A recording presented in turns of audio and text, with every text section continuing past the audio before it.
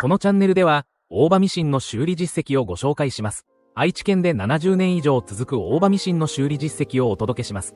年間600台以上の修理を通じて、ミシンに込められた一人一人の物語に触れられることに感謝です。今回の修理ご依頼品は、ブラザーホームロック。